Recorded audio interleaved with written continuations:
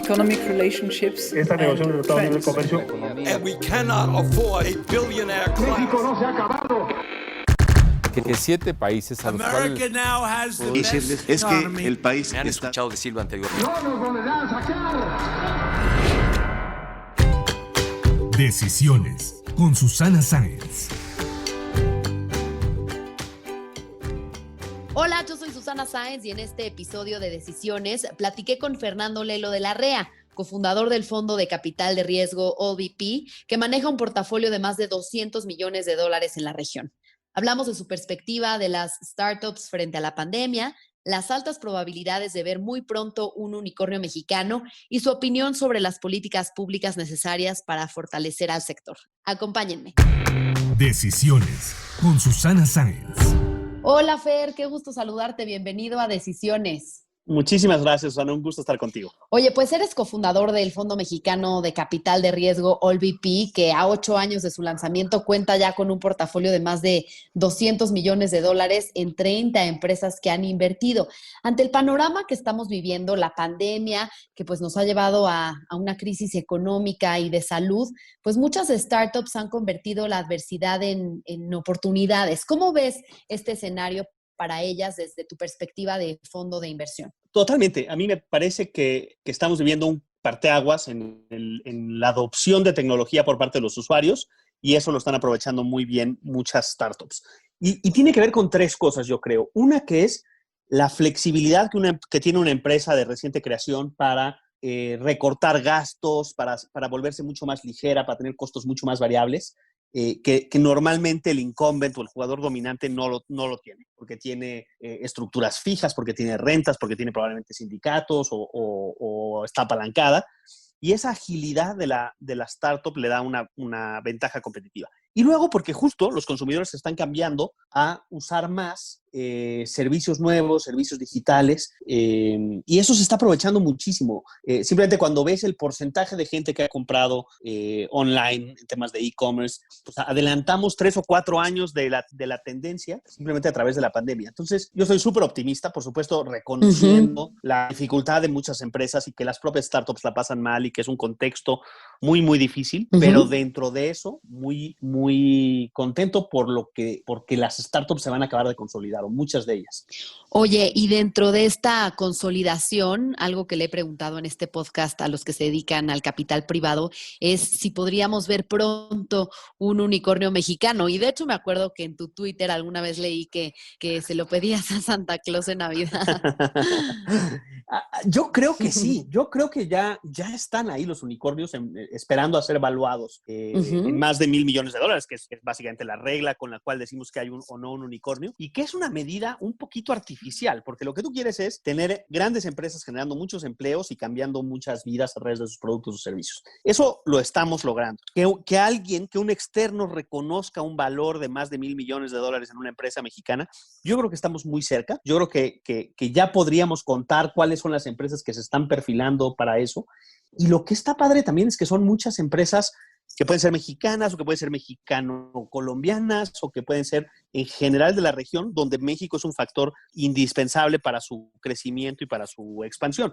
Como fue el caso de Cornershop, que pues la podemos considerar tan mexicana o no como queramos, pero es esencial México dentro de esa trayectoria de éxito que ha tenido. Oye, y me leíste la mente. Justo te iba a preguntar si Cornershop, esta aplicación para pedir el súper y ya con otros productos, también a domicilio, es una de las empresas que podría ser un unicornio. Bueno, ya es una de las compañías en las que ustedes han invertido. Sí, y sin duda lo es. O sea, solamente la evaluación que le dio ya Uber en el momento que tomó esta posición, pues la acerca mucho a ese hito, a esa evaluación. Y hay que reconocer que ha seguido abriendo países, que ya estoy hoy en día en 8 países distintos y viene creciendo muchísimo. Y es solo cuestión de tiempo para que vuelva a haber un como punto objetivo de valorización y va a estar muy, muy seguramente por arriba de los $1,000 millones. Entonces, ese unicornio ya hay que irlo anotando en la caja registradora. Agradecerle a Santa Claus. Ojalá, ojalá. Oye, y precisamente hablando de Cornershop, pues entiendo que la venta a Uber sigue en espera de la resolución de la COFECE, que anteriormente pues hubo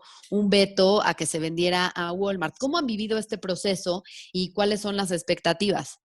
Ha sido un proceso súper interesante, de mucho aprendizaje. muy largo y bien, como bien dices, pues tuvo este primer intento con Walmart en una estructura completamente distinta. Walmart era una adquisición al 100%, participa Walmart México, Walmex. Lo que Uber está presentando es una cosa muy distinta, es un aumento de capital con una emisión secundaria, donde se han dividido los países. Y entonces, de nuevo, con muchísimo respeto al proceso de la autoridad, con muchísimo conocimiento de causa de lo que pasa allá adentro y dándole el peso adecuado a que la COFECE juega un factor esencial para que tengamos buenos mercados competidos. Claro. Pues está corriendo su curso. También tuvo retrasos ligados a ciertas controversias de cuál era la autoridad competente y después COVID lo ha retrasado. Pero estamos muy, muy confiados de que está en buenas manos y que el análisis se va a hacer con mucho cuidado y bien. Pero también es cierto que el deal con Uber no solo es México y que el resto de los países ha seguido avanzando su proceso ya de integración. ¿Qué otras empresas ves en esta lista de unicornios en México? A ver, yo creo que dos que han sido muy reconocidas, o tres que han tenido muy buena trayectoria y que han hecho las cosas muy bien, es Clip, de Adolfo Babatz, que fue gran pionero en el mundo fintech, que tiene unos fondos detrás muy, muy potentes. General Atlantic le da la capacidad para seguir creciendo y yo le tengo muchísima admiración respecto a lo que está haciendo Adolfo. Después está Confío, que también es una fintech más enfocada a las pymes y donde también se ha llevado con muchísima calidad en su producto, donde han entrado grandes inversionistas también, y esa yo también creo que va a llegar a esos niveles. Kavak es otro gran ejemplo donde invirtió SoftBank y tiene un push importante, acaba de hacer una adquisición en Argentina.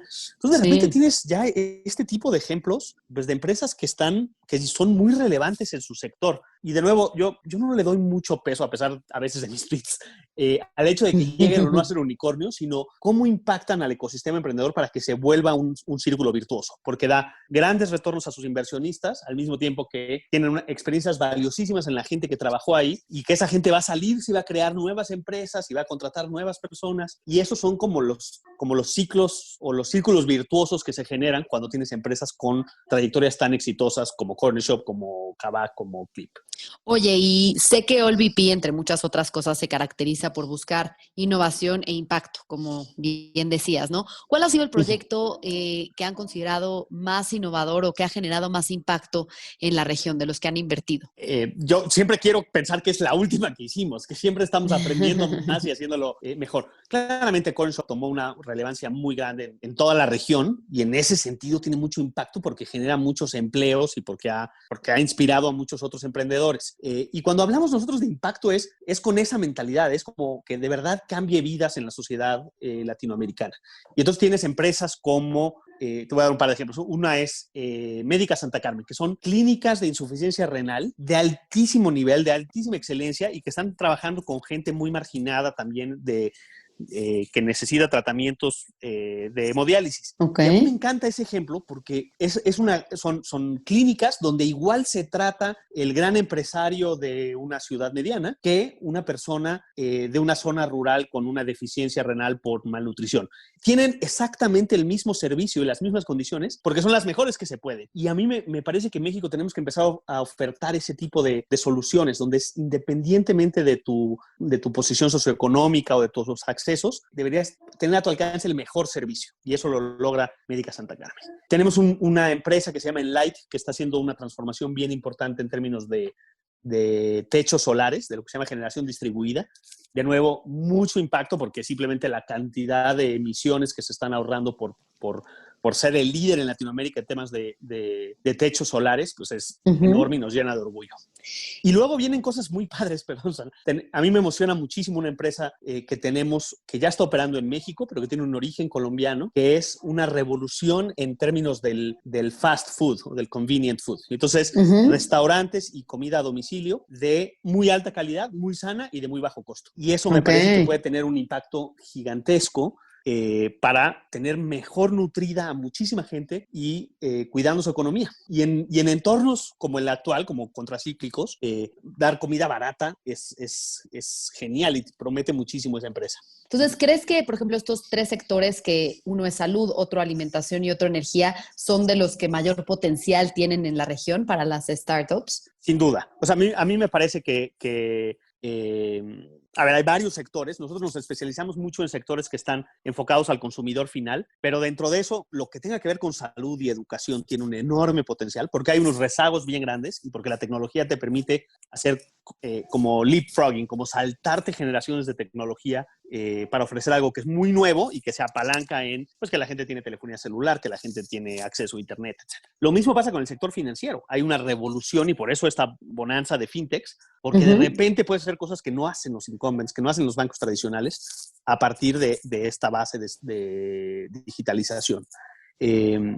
Y luego creo que el tema de alimentación, tanto en comida preparada, como es el caso de Muy, como en los groceries, como es el caso de Corner Shop o de Justo o el propio Rappi, van mucho a lo que realmente consume la gente. Y eso es lo que es interesante de estas startups, que están atacando los grandes problemas, donde realmente la gente gasta en los segmentos medios y medios bajos en México y en Latinoamérica. Ok, y en cuanto al sector fintech que mencionas, creo que hay opiniones divididas. Hay gente que me dice que hay muchísimas oportunidades en estos momentos. Hay quienes creen que las oportunidades en estos momentos no se están tomando porque quizá podrían apoyar al gobierno, a las empresas, a hacer pagos, a dispersar créditos, por ejemplo, a través de estas tecnologías, y no se están tomando en cuenta, a pesar de que pues ya está la regulación, aunque solamente a una de las fintechs se les ha dado la licencia, pero las demás siguen operando en espera de que la CNBV resuelva. O sea, parece que pues no está habiendo este apoyo que se podría tener por el potencial que hay en México. ¿Tú qué opinas? A ver, es un tema interesantísimo. A mí me parece que el primer jalón del mundo fintech tuvo que ver con pagos y tuvo que ver con crédito. Y dentro de esa primera ola donde están los Conectas y Clip, etcétera, pues hay empresas que han despegado muchísimo y que no necesariamente necesitan ni apoyo gubernamental ni cambios regulatorios muy profundos para lograrlo. Luego están las empresas que están muy dependientes de la ley fintech, que tienen principalmente que ver o con temas de crowdfunding o con temas de wallets y neobanks y estas como carteras digitales. Y en efecto, todas están amparadas en el artículo 8º transitorio porque no han salido sus permisos y la comisión se ha tardado años. Y yo creo que hay que ser paciente, pero eso es lo que a mí me parece como un poco un low-hanging fruit, como la primera generación de cosas muy ligadas al consumidor y que son medio obvias y que entran al mercado y hace bien el regulador en tenerlas bien controladas, y en efecto se ha tardado mucho y la regulación es bastante ruda en ese sentido.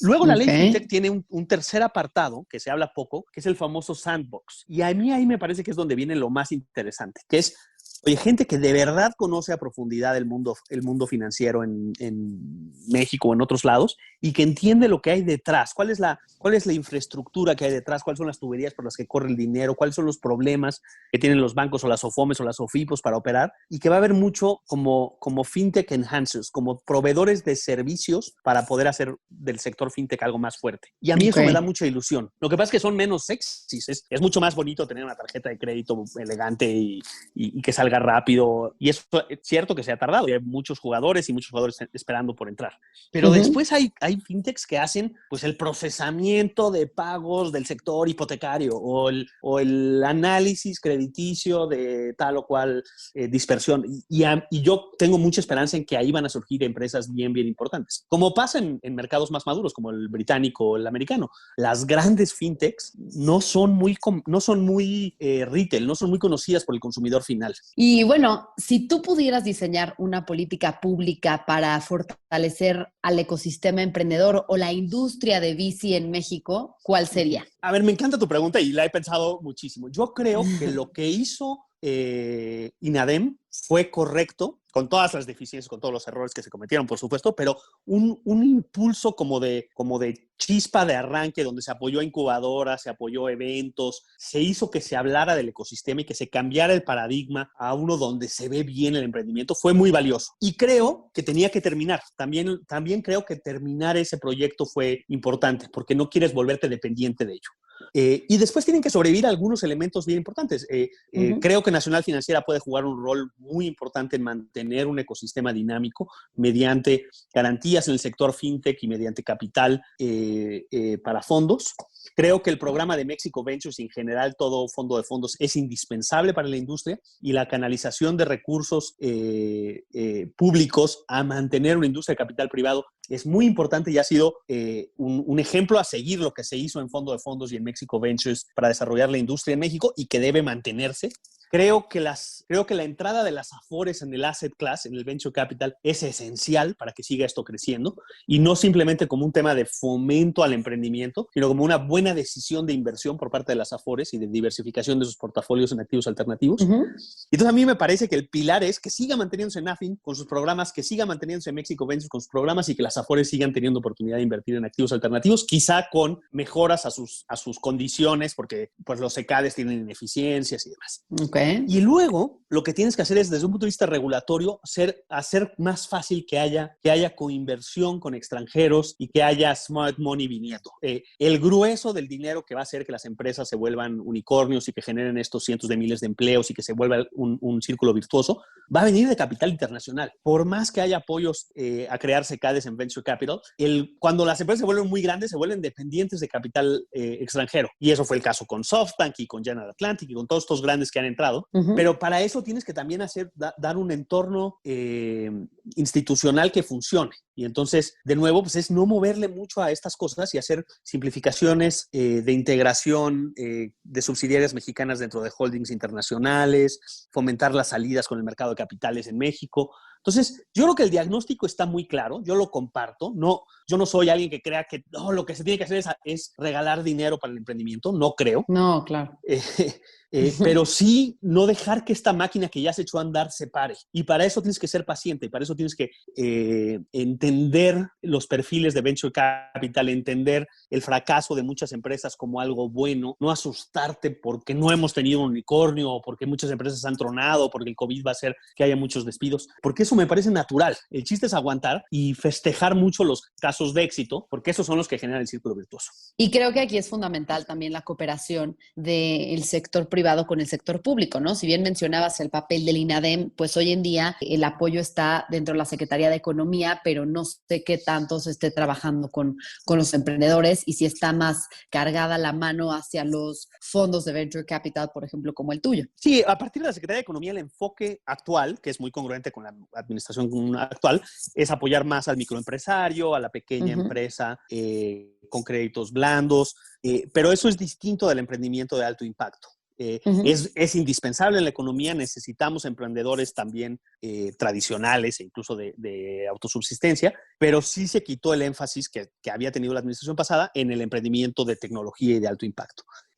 Yo creo que eso está bien para ser congruente con la política actual, pero que tarde o temprano se va a necesitar como gobierno federal enfatizar más el avance tecnológico, que creo que es algo que sufrió en este trade-off y que nadie está poniendo mucha atención desde el gobierno a la importancia que puede tener para mejorar la vida de millones de gentes, que haya avances tecnológicos y que haya empresas que los implementen. Claro, y también, pues bueno, esta certidumbre, dar certidumbre para que empresas tanto nacionales como internacionales inviertan en nuestro país, ¿no? Y Exacto. Bueno, en estos 8 años de la fundación de AllVP, ¿cuál sería tu balance y cómo te ves en el mediano y largo plazo? Yo creo que han sido 8 años fascinantes donde hemos tenido la fortuna de estar acompañados por emprendedores y emprendedoras extraordinarios. Y yo, de veras, me considero muy afortunado en este viaje.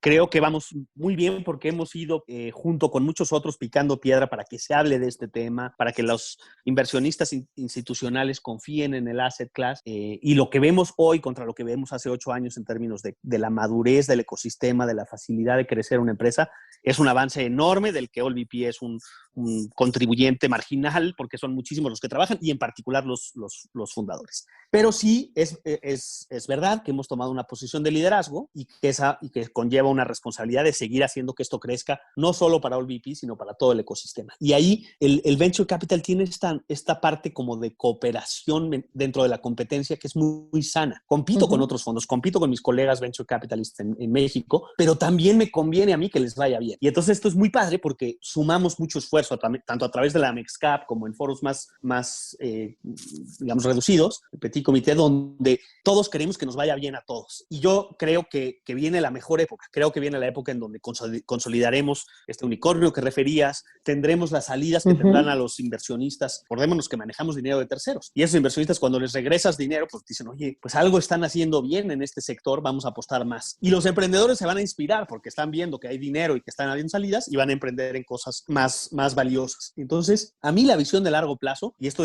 lo repito muchísimo porque me parece esencial, es de esta ola de fomento al emprendimiento y al capital emprendedor, van a surgir las empresas que van a ser las grandes empresas en los índices en México en 20 años. Esa es la transformación que queremos. Cuando monitoreamos los mercados públicos en México y vemos las 20 empresas más grandes, siguen siendo las 20 empresas desde hace las de muchos siempre, años. sí. Y en cualquier economía muy dinámica, muy así, onda schumpeteriana, cambian todo el tiempo, ¿no? Y entonces tú ves en el Dow, pues ya salió Exxon y ahora entró tal y todo el tiempo. Eso tenemos que lograr en México. A mí, en el largo plazo, OLVP tiene que ser un contribuyente que invirtió en las etapas tempranas de las empresas, que en 20 años van a ser las empresas más grandes de México. Entonces estamos hablando de que en 20 años podríamos ver a Corner Shop, por ejemplo, en el IPC.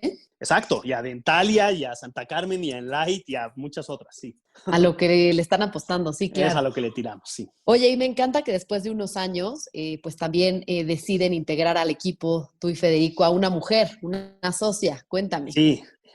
Pues primero, OLVP lo creamos Federico y yo, y tiene mucha de nuestra identidad personal, tiene mucha de nuestra historia, tiene nuestros apellidos en el nombre, Sí. y OLVP está muy identificado con nosotros. Y creemos que es importante ir trascendiendo a las personas y que se vuelva una institución que dure muchos años. Y para eso sabemos que tenemos que ampliar el equipo e ir subiendo socios. Y sabemos que el mundo financiero y el mundo empresarial en México, en Latinoamérica, tiene un lastre, que es que las mujeres no tienen las mismas oportunidades que los hombres y que la cancha está dispareja. Lo sabemos y hay sesgos que perpetúan eso. Y uno de los sesgos que perpetúa el hecho de que la cancha se mantenga dispareja es que empieza dispareja, y eso es como self-reinforced, porque pues necesito para tener algún socio, a alguien que tenga mucha experiencia. Pues solo ha tenido experiencia los hombres, entonces solo le doy la oportunidad a hombres y nos mantenemos en eso. Y entonces Federico y yo sí tomamos la decisión consciente de decir, vamos a contratar, si vamos a tener un nuevo socio, va a ser una mujer, porque eso es congruente con nuestros valores, congruente con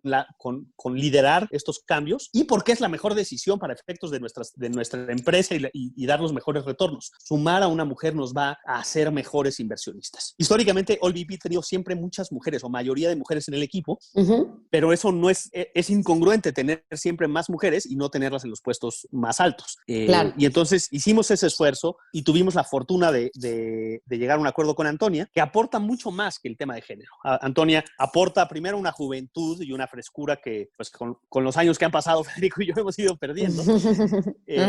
Aporta una dimensión geográfica, porque es chilena, porque conoce un mercado distinto al nuestro. Sí. Aporta un expertise en otra serie de cosas que nosotros no dominamos, como un approach más ingenieril, con un conocimiento más de software as a service y de modelos de negocio que no han sido nuestra fuerza históricamente. Y entonces nos complementa muchísimo, y era para nosotros muy importante mantener esa congruencia. Hemos sido partícipes en el debate de género en el mundo financiero, y de nada sirve seguir el debate y decir que eres muy consciente de género si no tomas acciones así valientes, y nos parece que fue una apuesta congruente con eso y la mejor decisión para poder seguir fortaleciendo el VP. Y bueno, hablando más de tu vida personal, ¿qué papel ha jugado tu familia en tu trayectoria, en tu desarrollo profesional y también personal? A ver, pues ha sido el pilar más importante.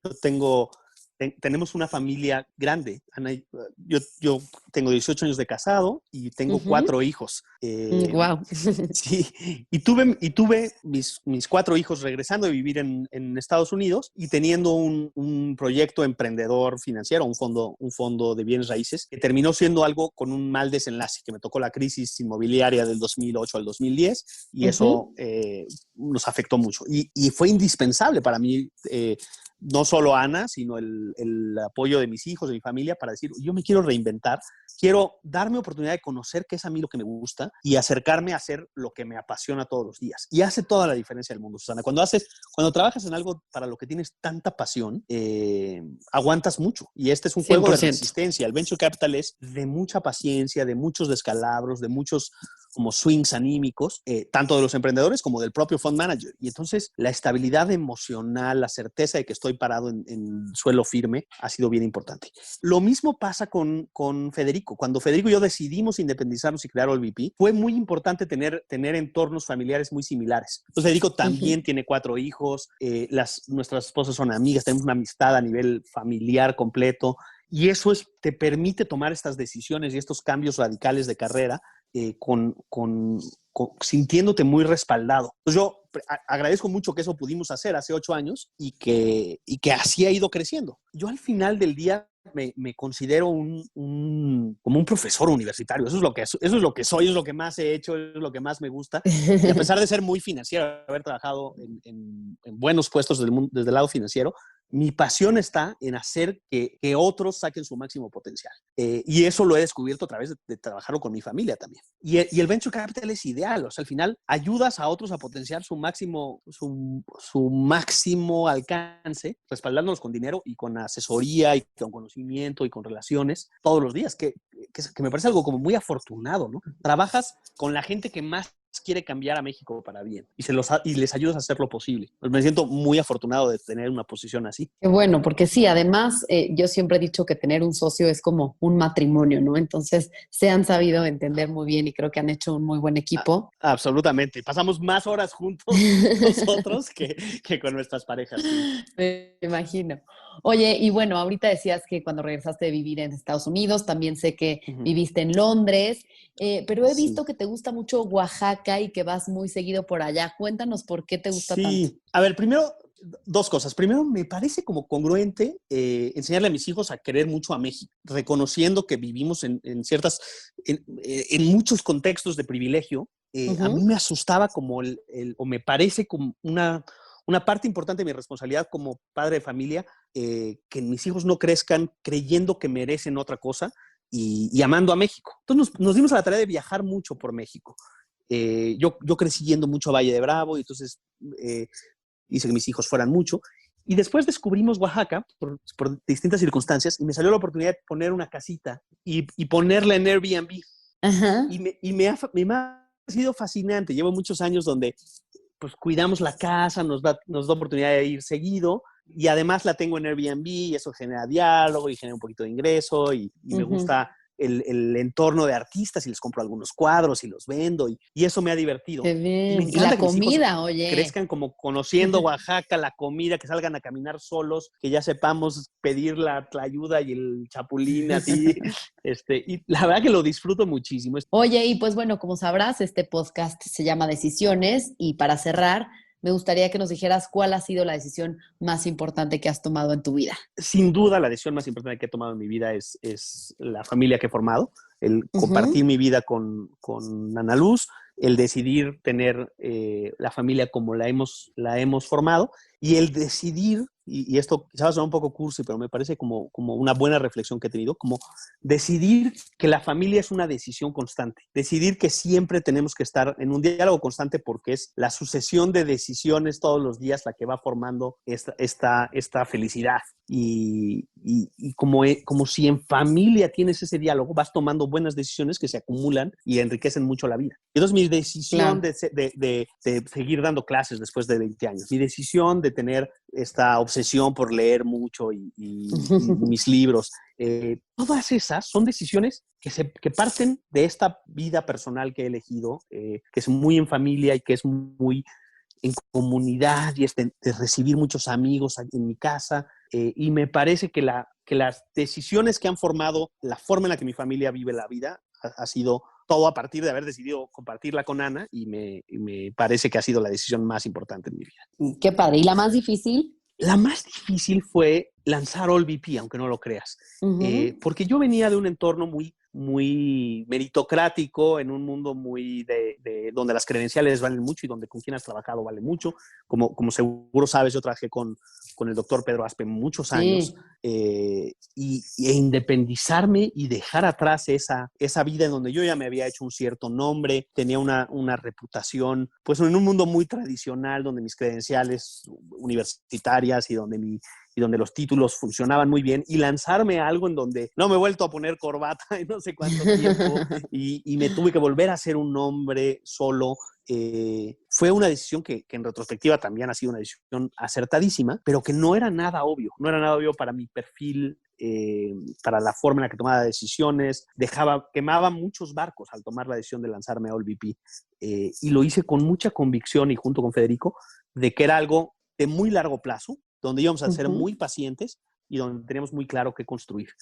Y eso fue importante porque no nos lanzamos al Venture Capital porque se puso de moda y siempre nos gustaron las startups y el show de ser startupero, que soy crítico de eso, sino en decir, México le va a hacer bien que haya inversión en innovación y en emprendimiento, y queremos tener una carrera donde le hice bien a México. Y yo creo que fue una decisión a posteriori bien valiente, muy poco obvia, y que nos ha salido bien. Ay, pues ojalá que en unos años podamos volver a tener esta conversación con muy buenas noticias de estos unicornios mexicanos que hayan sido exitosos y, como dices, pues ayudar a México y a crecer a las empresas y a los emprendedores. Me va a encantar y estoy seguro que en 6 meses vamos a hablar del primer unicornio. Vas a ver. Ojalá, Este ojalá, es mi bola de cristal te dice, en 6 meses vamos a estar festejando el primero. Antes de cerrar, te voy a hacer unas preguntas de opción múltiple. De los libros que has leído, ¿cuál te gustó más? VC, An American History o How the World Thinks? VC, An American History. Es buenísimo. ¿Protego o Umbral Capital? Uy. Protego. ¿Correr o bici? Correr. ¿Stanford o LSE? Uy. Stanford, la verdad. ¿Madrid o Barça? Madrid 100%. ¿Invertir en tecnología o industrias tradicionales? Tecnología. ¿Gin o mezcal? Mezcal, all the way. ¿Y restaurante en Oaxaca, criollo o Los Danzantes? Criollo. Soy muy leal al criollo. Sí, es espectacular. Muy bien, pues muchísimas gracias, Fer, y quedamos pendiente de esa conversación muy pronto. Buenísimo, Susana. Te agradezco muchísimo a ti. De veras, es una delicia platicar contigo.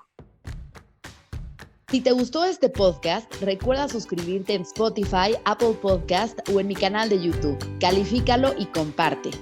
También me puedes mandar tus comentarios o propuestas de a quién te gustaría que entrevistara en mis redes sociales. En Instagram y en Twitter me encuentras como @suscience y en Facebook /suscience3. Nos escuchamos el próximo miércoles.